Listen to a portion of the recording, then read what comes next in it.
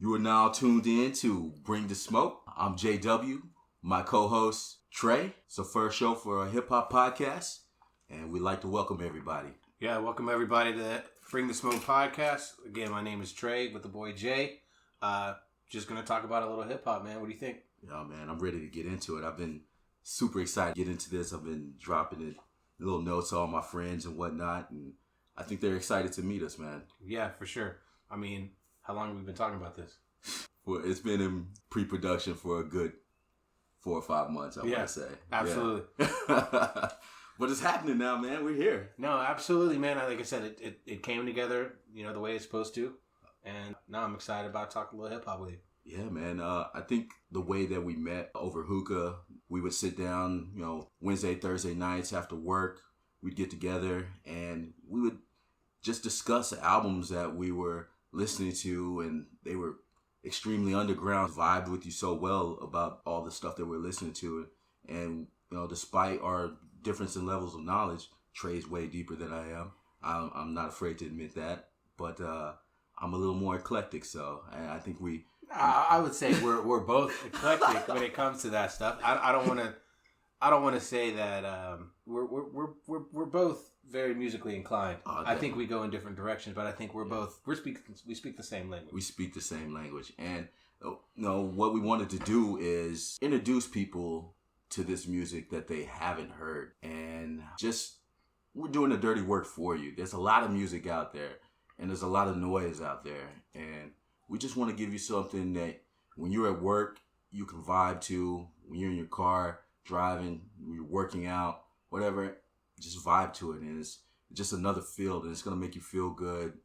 Lyrics that make you think, rhythms that take you somewhere else, and that's what we're all about here. And breaking it, and during this podcast, we hope we can break some of that stuff down for you and give you a little insight, background knowledge, and just to introduce you to hip hop in its purest form, I would like to say. Yeah. I'm going to skip all that, man. I'm trying to get your top 5 on the air. That way you can get roasted real quick. Top 5, man. Top 5 is very important for anybody in hip-hop. And I feel good about my top 5, man. I feel real good about my top 5. Everybody feels good about their top 5 until they give their top 5. So let me get into it. All right. In no particular order. I'm not going to do it in order because these are some legends on my list. Okay. I'm going to go with R.I.P. Phife Dawg. Okay. From Tribe Called Quest. Second, I'm going to hit Black Thought. The Roots, you can't go wrong with Black Thought. Absolutely. Beast on the freestyles. Common, a legend in his own right from the Midwest, holding down Chicago. And no top 5 list is complete without K-Dot, Kung Fu Kitty, Kendrick Lamar. Yeah. Gotta give it up. And then all time greatest for me right now. That I can't speak enough good things about this man. Just won some NAACP awards and whatnot. Got to give it up for my boy Jay-Z. Of course, can't forget Hove, man. Hove, and I mean, like I said, I agree with it. Common sense is my dog too, man. But I just think consistency is always a big thing for me. Mm-hmm. And while he has some classic albums on the board, he's got some not so classic albums on the board. So, I respect it, but I just feel like mine's a little bit better. The other thing too is, so mine right off from the jump, Black Thought, it's what brought me into hip hop, so I like that. Jay-Z, of course, you can't forget Hove, you can't forget his influence in the game, and, just what he's doing for, for the culture as a whole right now. Feel like you jacked my list though, man. Nah. I can spit mine off a little bit better. Then, coming down, I got, it's Notorious B.I.G., man. He's got to be on there. Yeah. Some people are more Tupac. I'm just more big, man. That's just who I am. That North East Coast vibe, man. That's just something to it. I think that's the roots too, and he brings it. Yeah. I don't want to talk anything bad about the West Coast. The West Coast has its own funk and flavor, in its own. But shit, just that New York vibe, man, is something to it. Well, yeah, and like I said, Kendrick's up here too. I think the way he likes to conceptualize his projects and things like that. I mean, it can't be denied. But that's not to say that there hasn't been greats coming before him off that side. Yeah. It's just what I gravitate towards.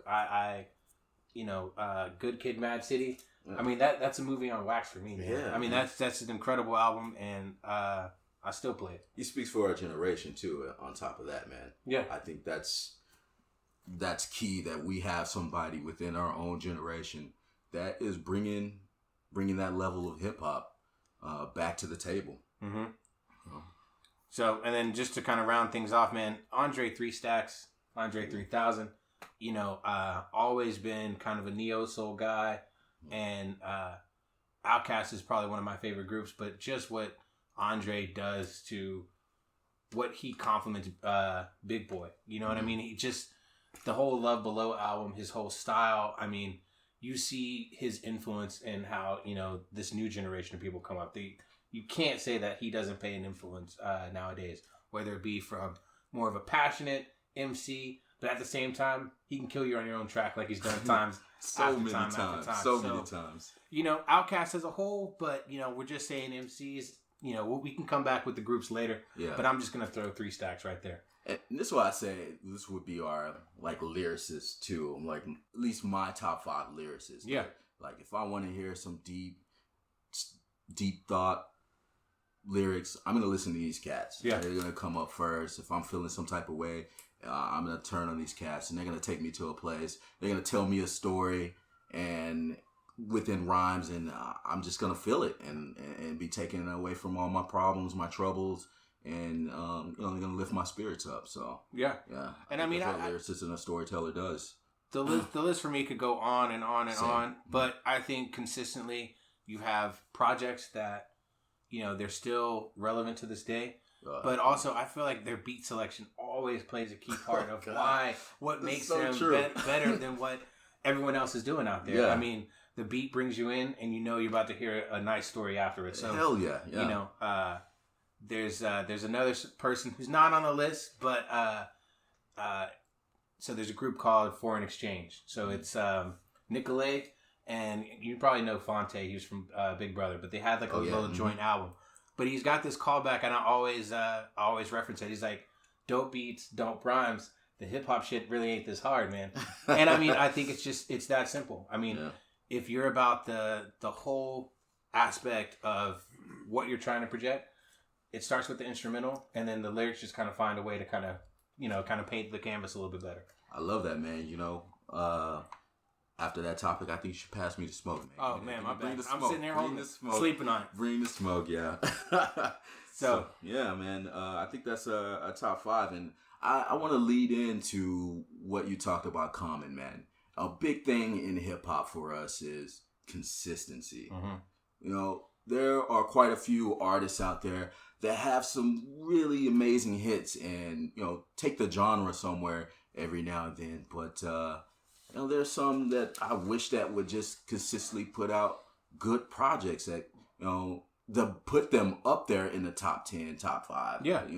And some of those artists I wrote down for myself would be Big Sean. We've had great links to talks about Big Sean. Amazing MC, I think. Great flow, very unique, but some of his projects aren't really well thought out, in my opinion, because some of those tracks just seem like throwaways. And we talked about his mixtape Detroit. Mm-hmm. Some of his best work. Yeah. Like, killed it, nailed it, and was kind of all over the place with it in style. And I don't know why that wasn't an album. Yeah, I mean, a lot of times I feel like, too, is he's surrounded by so much that can, that he's already in the best possible position. He was signed to good music, still is to sign good music. So you got Kanye on production. Oof. You have that whole team that is there to kind of, as a support system for him. And not to say that he doesn't drop heat, just consistent heat. Yeah. And I mean, that's going to be my biggest thing with him. It's just consistency. I thought Finally Famous was dope, Yeah. Being that it's your first album, he had nowhere to go but up. Yeah. And then he took it straight down from there. So it's just one thing where, I always gravitate towards him when I see something new because I always give him the benefit of the doubt. But I mean, these last 3, man, they really don't touch me at all. Man, I really like Dark Paradise. I know you might feel some type of way about it, but that's when he came back. He brought it back to the table, and then the follow up album was really, really good. I want all of his projects to be that good. Yeah. Because he has that potential. You hear him when he spits with Ye, or whenever he's on any features, he brings it. Yeah. I mean, that 2088 one, I got to talk about it. It wasn't a hip hop album anyway, so. Yeah. Well, everyone, you know what happens when you start working with the girl, man. So. Yeah, that Metro Boomin one, oh my gosh, man, I don't know what happened. Like I said, I think he comes from a place where, being from Detroit, where you don't want to get tested on your own turf. Yeah. And I think he didn't want to get ripped on his own track. Yeah. And we talked about the Control track a lot. Ooh. I don't feel like he did anything wrong on it. I mean, he maybe got too many people that had the opportunity to kill him on it, and that's what happened. But I don't think that his verse isn't bad. No, it's just not the best verse. No. There's too many people on that track, and so I don't think he has.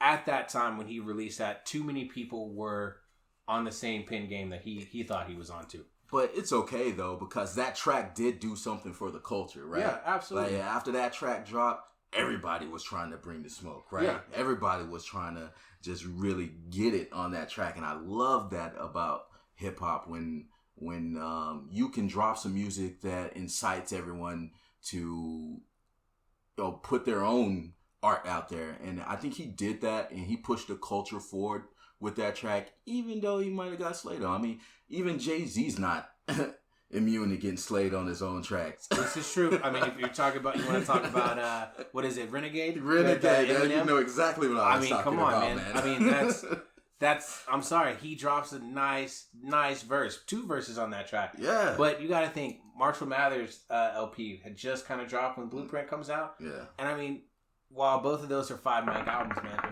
mean, M was just on, that was his second album. You got to think that's Jay-Z's 4th or 5th album coming out. Yeah. I mean, who's more hungry at that time, I mean, who has more of a reason to prove themselves, Yeah. Jay already gave us, Reasonable Doubt. He already dropped Volume 2, and he dropped a classic with Blueprint, man. But, I mean, Marshall was out to just give it all he had, man.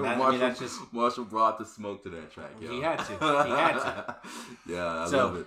But, another person we always seem to talk about, man, is Nicki Minaj. Because I personally, when she first came out, I'm always a fan of female spitters because there's such a rarity in the game. Need more. There's plenty of rappers out there. There's plenty of females that could rhyme. But, I mean, just come with it where she came out already ready to box with the men in the game. Yo. And I was excited about the first album. I thought the first album was great, but I think she just took a left turn and just kind of lost sight of what it is that brought her in there, man. Like, not only the first album, those mixtapes were killer too. Oh man, and I mean, it was set up perfect. You know, she had it. Lil Wayne's coming out. He's bringing out Drake. He's like, yo, who's this chick that's kind of hanging in the background? And I mean, she wasn't all about being a background. She wanted to be the forefront, and then took that space. Yeah. And like I said, I really hottest thought label at the time too. Man. All the cards were lined up for her to take over the game and own it for a very, very long time. And, I just hope that her new project that she's working on just brings it, man. I want her to bring the smoke with that. I want her to just bring the heat. I need that from her. We need the game needs it. She's capable of it. Obviously, I just would feel that if I could ever tell her, be like, yo, dope MC. Mm-hmm. I just think just keep it about the bars. Like you can make a couple pop tracks, to kind of get the radio friendly and stuff. But at the end of the day, when she puts her mind to it, she can kill anybody that comes after her crown. Yeah, you just gotta keep it. You know what I mean? Yeah. So, and I mean, we don't have to talk about Cardi B because everyone knows. But I'm just saying, she's capable of performing at a high level, and I think she's just focused on something else. Yeah, I mean, she has her podcast that she's doing too. And, big shout out to her for switching up the game and get money, what she man. Get it. She's carving her own lane in that too. But as far as the music, the rap goes, we know what you were capable of, and that's what the hip hop community wants from you. You can check the forums, the hip hop sites and whatnot, and that's what they want. They still got love for her. We still got love for her out here. And we still want to see her do her thing because I hate the way that hip hop works and where it seems like there can only be one female MC at a time. Yeah. Like that's whack to me, man. I want more female MCs out here. You know, they bring a different angle to the game, and you know, just spitting with the big boys, and it makes them step up their game too. Nobody wants to get out. Oh, you can't. I mean, you're talking about, you know, Rhapsody, you know, who obviously beautiful. I'm trying to think, is that album 2 years old already? Or we're approaching 2 years? So, you know, that album came out of nowhere. Grammy nominated. Yeah. Oh man. So I mean, shout out to her. She definitely got a lot of respect that she deserved. And in some ways, I feel like she's overlooked. Yeah. Oh, absolutely, man. She's a true hip hop MC in all the way down to the roots. The beat selection that she has. Just that whole North Carolina is putting out dope MCs right now. I think I really want to give big shout outs to North Carolina, man. They're doing their thing up there, and Rhapsody is great. No Name is one of the other female MCs I got a lot of respect for. She just came out with that album Room 25. Amazing project to me. I really enjoyed it. Great delivery. I like her delivery because it's really spoken word. Like I think that's unique too. So yeah, I really want that. The next one, you know, he's a dope MC, but the consistency isn't there. Oh boy. Here's the thing about him that probably a lot of people don't know. And I mean, if you listen to him, you probably missed it. But your boy Logic, man, did you know he was half black, half white? Yeah, every track he's got to let you know. Look, man. He jokes about it nowadays, too, but it's great, man. I know a buddy right now, man, that's just, he's got his head down and he's just shaking, man, because when Logic came out with Under Pressure, he called me and said, yo, you've got to check this guy out. And I was like, yeah, absolutely. Checked it out. Dope project. Yeah. You know, very conceptualized, has a whole plan for the album. But look, man, race isn't really that big nowadays as far as the hip hop community. We have so many people that we welcome in the community, and he can spit, but why is he using it as a crutch so much? I just, for me, that's what I have a problem with it. I get it, man. It is an issue within our community, man, within the African American community, that light skin, dark skin thing that we have against one another. Like, oh man, you're not dark enough to call yourself one of us. Like, that's whack, man. But and I can only, I have a good friend this, you know, Mix, and I know he gets it kind of like that sometimes. So I can understand him speaking on it in the way he does, and it's maybe a niche crowd that he's speaking to in regards to that. But you know, I get it. It's over spoken a little bit. You know, I don't know if we need it on every track.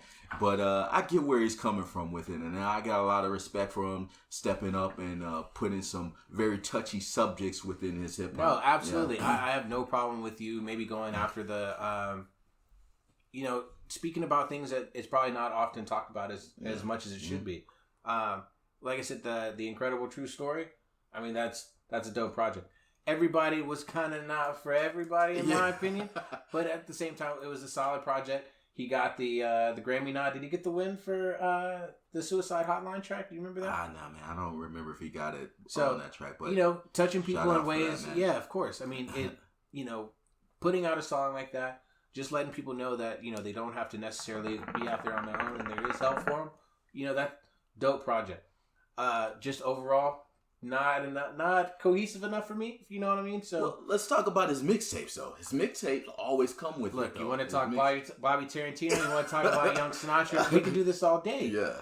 Like I said, when it comes to his major releases, he has a different He has a different frame of mind that he wants to put out for his album, as opposed to the mixtape. I think it's over conceptualized. It is. His big projects are over conceptualized, and it's weird that, you know, as much as we love K-Dot, like his projects are conceptualized, you know, but I think you can overdo it to where, like, man, I don't know if I connect to this in the way that you were trying to present it to me, and that becomes a problem for his projects. Well, and that's the worst thing that I guess you could probably, as an artist that's, you know, in the studio right now making an album, and probably, you know, goes that back and forth of doubt, like, are they gonna get it? Are they gonna respond to it the way that I want them to listen to it? And a lot of times, you know, it does. There are those few misses where people just, they just can't, you know, but I'm not saying he shouldn't quit altogether. No way. I would just give me a full-length album go ahead and get you some spitters. And just drop me 12, 13 tracks of just some heat, man. No mixtape. Throw it right there. Surprise release it to me. And I'm straight with that. I'll never forget the first time I saw Logic. I was with our boy Zach that helps us here. He's here in the house with us. Shout out to my boy Zach. What up? He and I went to see a Kid Cudi concert. Okay. And I think it was a Smoke 'Em If You Got 'Em tour. And it was Logic, Big Sean, and Kid Cudi. And Logic opened up, and I was like, who is this cat? Mm-hmm. Yeah, I haven't heard of him. And he was moving that crowd. He was forever grateful for those cats bringing him on the tour. And I was like, man, I'm going to check out this cat when I get home. And I mean, he was dope. And I remember turning him on to a couple of other friends. Like, you got to check out Logic. My boy that's mixed, I turned him on to Logic. He loves Logic. No, absolutely. I think he loves him for the things that he talks about. You Yep. know, he was in a dark place with the mother, and sorry for talking about this on the podcast if it's too much, but I didn't say any names.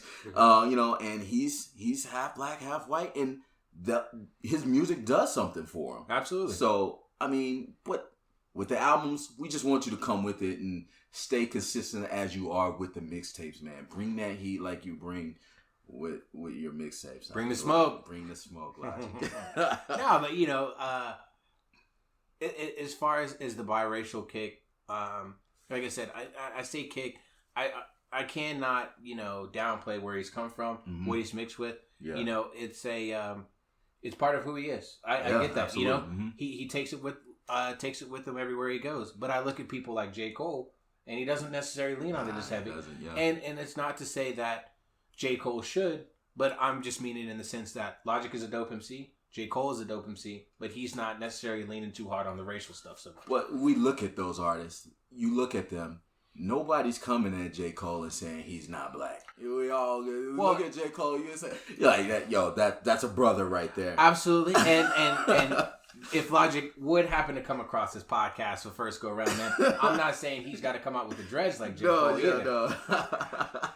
I'm just saying he needs, like I said, give us what we get. We respect you for who you are. Like, not the color of your skin, but because you're a spitter. Exactly. You represent the community exactly. in the way we want it to be represented, and we just want you to stay consistent with your work, what the people out here love to hear from you, and, just from the streets. Yeah. Where we're from, we keep our ear to the ground as much as we can, and from the sense that we get, people love your mixtape work. People love your major work too, but I think us hard hip hop fans love mm-hmm. Those mixtapes that he puts out. Next we have on the list our last topic. This is a tough one, man. Wale. Man. Wale. Again. Wale. Coming from the DMV. I got a homie that swears I don't listen to Wale, man. And the problem is I really do. Mm-hmm. I really do. The problem is I really do listen to Wale. That's the same problem. I Attention Deficit, man. That album, classic. Everything that led up to that album, he had so much momentum going. Mm-hmm. And I was just like, because J. Cole's on that album.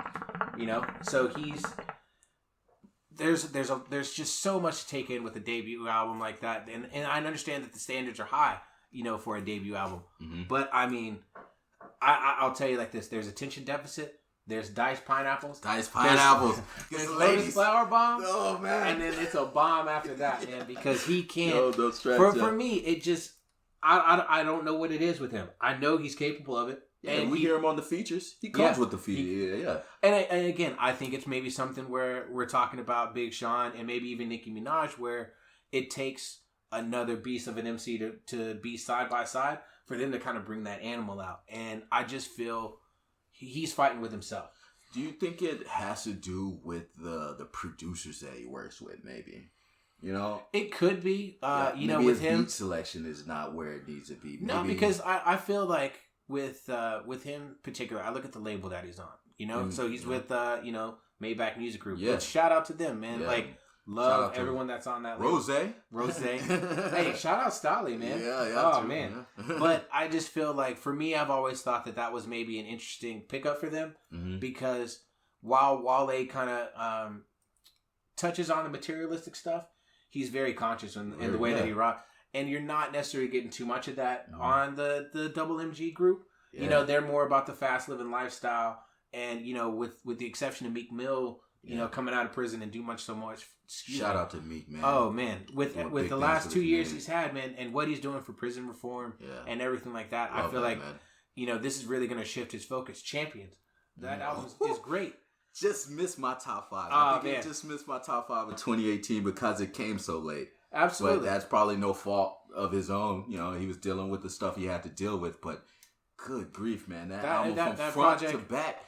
The sample from the Phil Collins, like, oh man, that first track I was sold when I heard that sample, man. I loved it. Yeah, and like I said, I just feel like that label is loaded, and while it gave him the most exposure, I don't think he's around the right people to kind of release the type of music that he wants to release. I 100% agree with that, and that goes with, you know, just management and production. I think that's why, you know, I brought that up to you. Looking at Wale, I was like, he needs a certain type of music to bring out the best in him. You know, sound like a production. So I think he may need to work with like a big name producer that really is in tune to his style in order for him to get the respect that he deserves. And I think he deserves that. I was earlier this year, I was looking at some tweets that he had,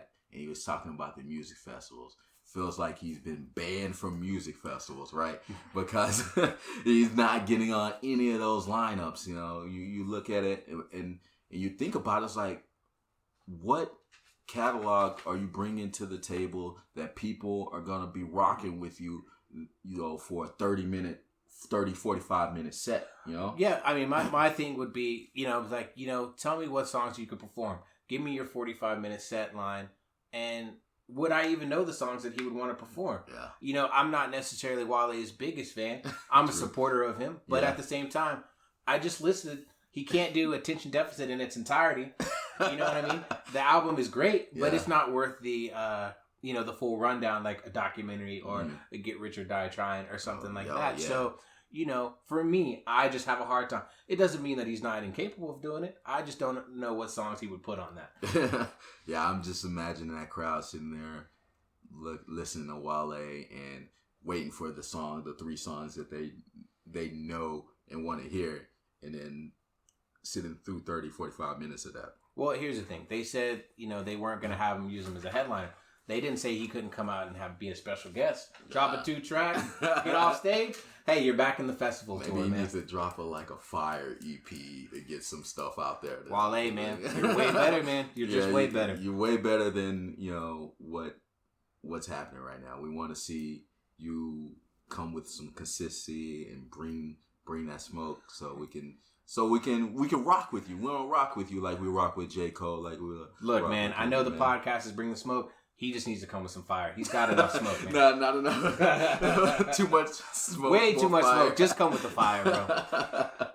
But going into, you know, like the festival season, you know, this past weekend, you know, they had the Dreamville Festival, and they had, you know, Dreamville's just in heavy, you know, heavy on display. Shout out to J. Cole putting all his members on his album label out there like that, man, and doing an amazing job with the marketing too, man. Like it's great. Like I love Jid. I love Earth Gang, man. Those guys are some of my favorite. I've gone to a couple shows. I've seen them. Saw J. Cole probably about 2 years ago. I want to say when he came through Austin, and that was a great show. And he brought out Anderson. He brought out Jid. He brought out Boz. So shout out that boy Bossy. We just saw him, you know, a couple months ago. Was it? Yeah. Really? Was it January? I think man, was it? Man, this year's flying by. Wasn't it just last month? Yeah, probably. Man, he came through Austin, and everybody was rocking with him. I mean, there were cats up in the front spitting every single lyric. I was like, this is amazing to see such an amazing underground artist come up. You know, Milky Way was a great album, and you know, I love rocking with that cat. Man, I mean, you put me on Too High to Riot, man. Yeah, Too High to Riot. Man, that is vicious, man. Yeah. Like that's a project right there. You know what I'm saying? From front to back, man. Too High to Riot, and the beat selection, just the lyrics, everything amazing about this cat. You know, the fact that these cats aren't making XXL freshmen is mind blowing to me. I mean, Jid made it up on there. Yeah, he was the only one to me that could actually spit, that actually deserved to be on there. Not, you know, I respect the hustle these other cats are doing, but you know, they're not lyricists to me, and I am not scared to say that. You know, especially coming from where I come from and what I like. That's just, their stuff's just not for me, but Jid comes with it, and his album, great album, I think, and love to hear more from Earth Gang. They got some solid projects out there.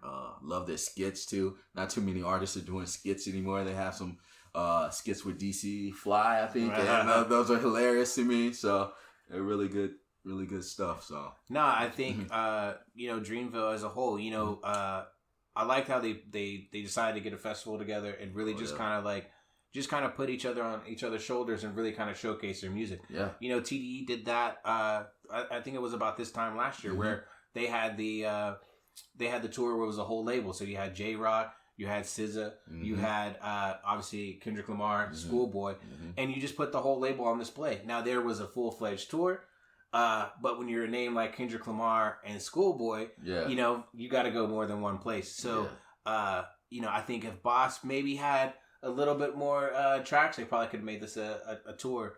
But, you know, I saw some of the footage and, you know, minus the weather, it looked like it was a good time, man. Oh, yeah. That's awesome, man. Shout out to J. Cole for, once again, for doing his thing and putting his album label up there, man. That's a beautiful thing to see, and what the culture needs and what we want more of. And it's such a positive tour. You don't hear any crazy things popping off on that tour. Yeah. And so, yeah.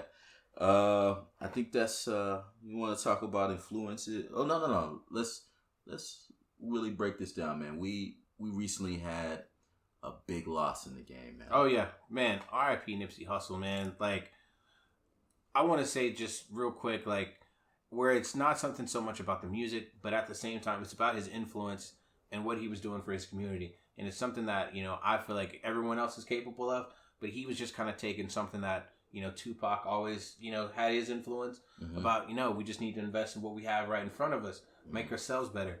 And Nipsey really took that and ran with it, man. It shows, you know, and just the response, the overwhelming response with his untimely death, man, is people are really trying to look from the inside out and really seeing what they could do for their community. And it's a tragic story. I mean, man, you really can't say enough about that guy. The music was dope, but the man in general is way bigger, man.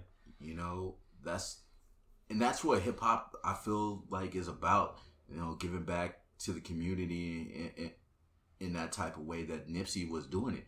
He was really bigging up the people that he grew up with, and people that went to prison for 20 years, giving them a chance to make something of themselves, you know, and for those people to lose someone so special, I can't even imagine, man. Yeah. You know, I have big respect for someone like that that's willing to stay in the community that they were, you know, they came from, in the streets that they came from, and try to fix it and make it a better place. Because it's very often that once we make it, you know, we don't really look back. Yeah. And it's for the reasons that what happened to Nipsey. You know, we're afraid for those things that happen to us. You know, somebody to take what we worked so hard for away from us. And, you know, it shouldn't be like that within our community.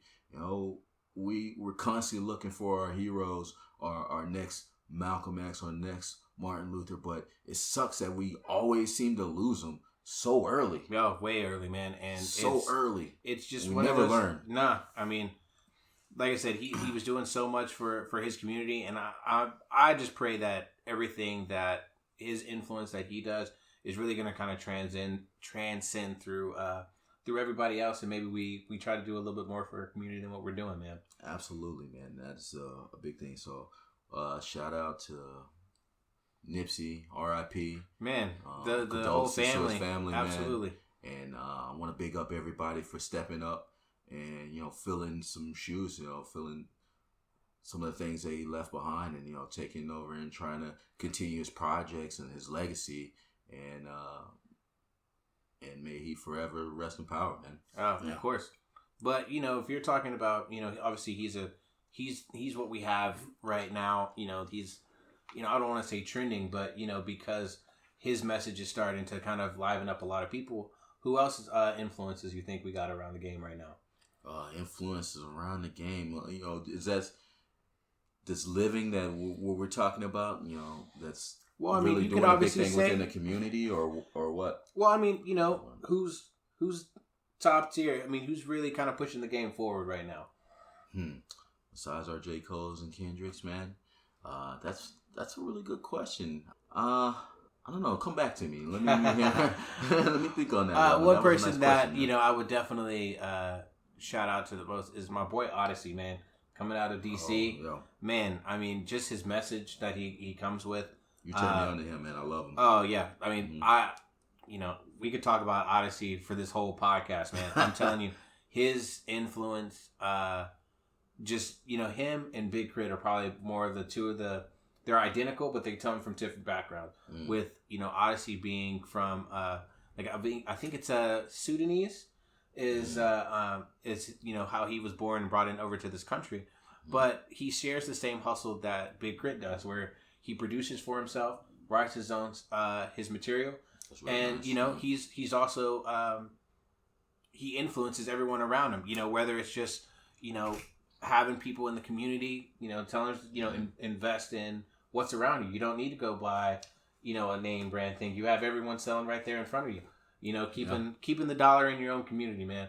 But at the same time, the message is always big. He's just very much about empowering yourself, pushing yourself, forward. Very, very creative. So, between Odyssey and Big Crit, man, I would say those are my two influencers, man. I think lately I've been really listening to some of that grimy hip hop, and I mean, maybe it's more keen than the actual word rap, but there's this cat up in New York that I really liked, and his name is Benny the Butcher. Okay, and he's bringing that how when 50 Cent came up with that grimy rap, that that just remember How to Rob and stuff like that. Yeah. Like, so those cats, I think their album was like Griselda or something to that nature. But these cats are really bringing some of that dark, grimy stuff that I really like. Now it's not as positive as you would say as Odyssey and Big Crit and whatnot, but I think that is a product of their environment, right? Absolutely. And we tend to kind of rap about speak in poetry form the things that surround us, and those guys do a really good job in painting a picture of that grimy New York shit that goes on up there, man. And I got major respect for those guys, especially during my workout sessions, like listening to that stuff. It gets me pumped, gets me going, and I think there's a place for that art style within the community now. It's just hard to say with all that's going on in the community. Is that what we need? But like, for me, I like it, and I'm the type of person can look at a piece of art and respect it for what it is, and not be consumed by it to move me to want to go do some grimy stuff like that. But it lets me know, hey, I probably still had a potential to do some stuff like that if I need to. Hey, I'm just saying, man, in the car late night, if you want to get in some trouble, put on 50 Cent, Somebody Gotta Die Tonight, man. You may just get into some trouble because we need that grimy hip hop out there, man. I might not be about that life, but when I'm in my car late night by myself, I might be riding around like I am, though. You know what I'm saying? Somebody push you to the edge a little bit, you listen to that, you're like, But I'll never act on that stuff. But it does give me that stress reliever I need. Oh, absolutely. And I think there's a place for that type of art style, and it reminds me where I came from too. We didn't have the best of circumstances growing up, and I watch these cats move the way they move and get it. And it just reminds me, like, I made it. I don't have to do that stuff. Praise God, Allah, that I never had to do anything of that nature. But big shouts to those guys for painting that picture and delivering that art in a way that is very unique and amazing. And I think that's kind of a core to that New York grimy scene that they have up there. Even though they're the originators or whatnot, I feel like they're also the originator of that style too. Hold on, man. We're still in the South, man. Don't forget about UGK. Don't forget about Fat Pat. Don't forget about Screw. Never forget about those cats. But something about that New York style hip hop for me just moves me, and I connected with it for some reason, one of another. I'm a big fan of 50 Cent, that Get Rich or Die Trying in 2003 when I was a senior in high school. Really, it was the only album I probably listened to from when it dropped to when I graduated. Oh man, I mean, the album is good, man. When you can, we're a little bit older now, but you can go back and take the CD case and you can go back to the back. I mean, for me, it's probably Ludacris, Chicken and Beer. Oh, classic. Oh man, it's probably. Let me. I'm gonna go say Underground Kings, UGK. It had Swishes and Doja, International Players Anthem. Oh yeah. Good. So I mean, there's just so many albums that you can, that just.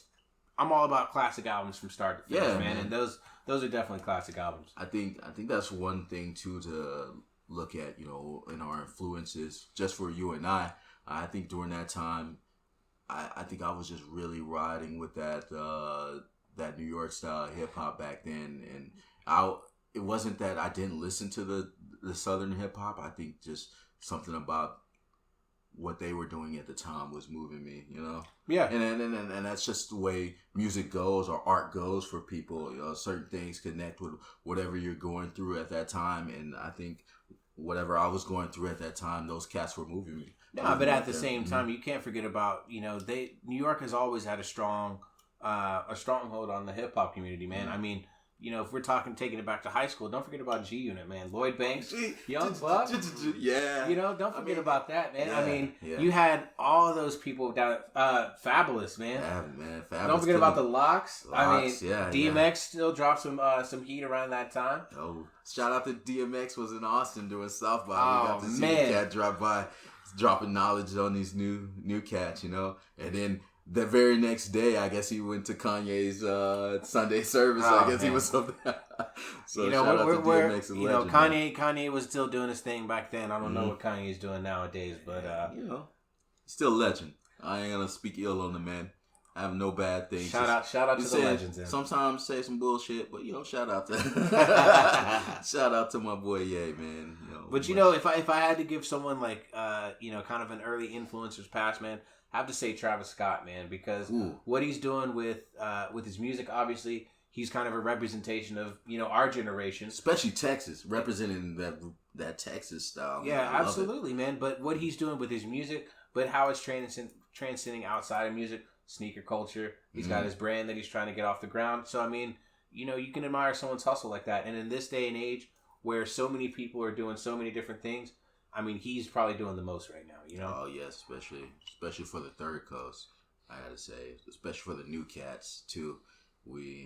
It's somebody I can listen to, vibe to, makes some very nostalgic references and things like that. And I shout out to him and what he's doing for the culture. He deserves everything that he has, man. Yeah, man. Straight up. And he's very... I think we should touch on this on another, because it probably deserves its own podcast. But Kid Cudi, the influence that he has from Kid Cudi, I just feel really sometimes he's just underrated, man. Yeah. I mean, he's given so much to the hip hop community from his sound, style. I mean, 808s and Heartbreaks, man. I mean, that's Cuddy's coming out party, man. You listen to a lot of these new cats that are coming out. If you're a big fan of all the Trippie Reds and all those cats are heavily influenced by Kid Cudi. Absolutely. What he's done for the game is major, especially for what's coming out right now. So I think one podcast we need to touch on Kid Cudi fully. You got to talk about the Man on the Moon, man. I mean, that we could just go on and on. That's an album I listen to. Mr. Rager, I listen to it and it still brings tears to my eyes, man. I have so much emotional connection to his music that I get choked up a little bit when I listen to it. Mojo's so dope, man. Mojo's so dope. Just everything. But anyway, I think since we touched on that, we should go ahead and do our album recommendations. Kind of wrap this up, man. Oh man. Okay, I'm gonna let you go ahead and speak first, and I'm gonna come back and kill it. All right, I got some stuff. Most of my stuff, of course, New York stuff, and they're doing it for me right now. Still, shout out to those Northeast boys. So Sky Zoo, music for my friends. I think that's perfect. Kind of sums up what this podcast is for me. It's good music that I want to give to my friends, and from beat selection to lyrics to storytelling to even adding some of that grimy layer to getting it, like seeing the D-boys on the block and whatnot. I think he does that in this album, and he represents really to a T the way that I was feeling maybe my senior years and whatnot. Like I had that fork in the road, so to speak. I could have gone either way. Even though I was a big nerd, I could have still gone either way. And these cats are lyricists. I feel like they're nerds in themselves, like Sky Zoo is, and he's one of those cats that he could have gone either way with this stuff, and it's very represented in his music. And I love the little skits that he has in there where his friends come on and they talk about the cat and what they remember about him, and just the way that he's worked and what he's done for himself. And he has some great albums out there. He's worked well with another cat, Apollo, and they've dropped some really good stuff. Yeah. And then lastly, I think I'm gonna go with Czarface. Every Hero Needs a Villain. Yeah. 2015 album, amazing. I think I love this album. I think I love his music in general, but because it's very comic book reference and it has a lot of nerdcore stuff in there. You look at the album cover, you look at the skits in there. It's sort of like this wrestler that with superpowers, man, and I really connect to that as a nerd, and just listen to him, his flow, his cadence, all his similes and metaphors. It's amazing projects to me. He's got several good projects that have dropped within the last 4 or 5 months. Metal Face, come on. Dope, Works really close with the cat MF Doom. If you never listen to MF Doom, oh man, highly recommended. Recommend. Worked with Ghostface, and if anybody's even the slightest bit of a hip hop fan, that's one of the members of Wu-Tang. So dope material out there for you to listen to, and I highly recommend you listen to any of his work. But if you're gonna start with it, start from the beginning with Every Hero Needs a Villain, because I think he kind of continues that story that he starts in that album, and you kind of hear it throughout the rest of his projects. Would you agree with that? Oh, yeah, 100%, man. Okay. 100%. All right. Well, what about you, man? Man, hold on. So, we already talked about the Roots and their influence a little bit, and honestly, we didn't probably go deep enough.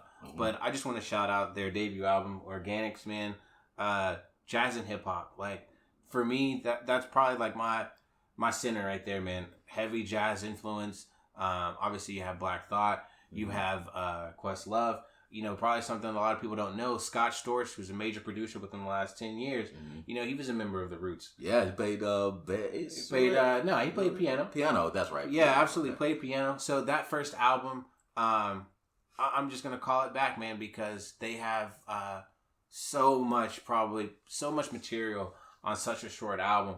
The Pass the Popcorn is just a callback to how much they're just passing around the microphone and just spitting bars, man. But at the same time, very jazzy, but very hip hop at the same time. Yeah. And I mean, also talked about my boy Fonte and Nicolay earlier. I think I'm gonna go back and shout out their debut album together, The Foreign Exchange. Album's called Connected.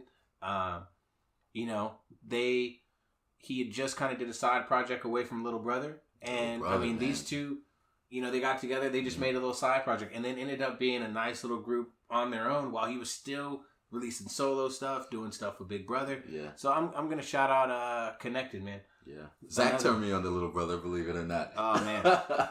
So shout out to Zach for always being involved with some good hip hop himself, man. So yeah. So this is the Bring the Smoke first episode, test episode, whatever you want to call it, and want to thank you all for rocking with us. Oh, man. Hold on, you got the Twitter handle for him? Twitter handle? Nah, you got to do it. I'm terrible at social media. Oh man. We'll get him back with the Twitter handle. We're gonna give you all that information right there. You know, you're rocking with J Dub. This is boy Trey, man. Just checking in with you guys. Yeah, and this is Bring the Smoke, man. And once again, thanks for rocking with us. So we hope you enjoyed. We hope to do this once a week for you guys, and maybe every other week, depending on what's happening in the world. We would like to bring you some good hip hop, nonetheless, man. Yeah, man. So, stand by for the next podcast. And salute.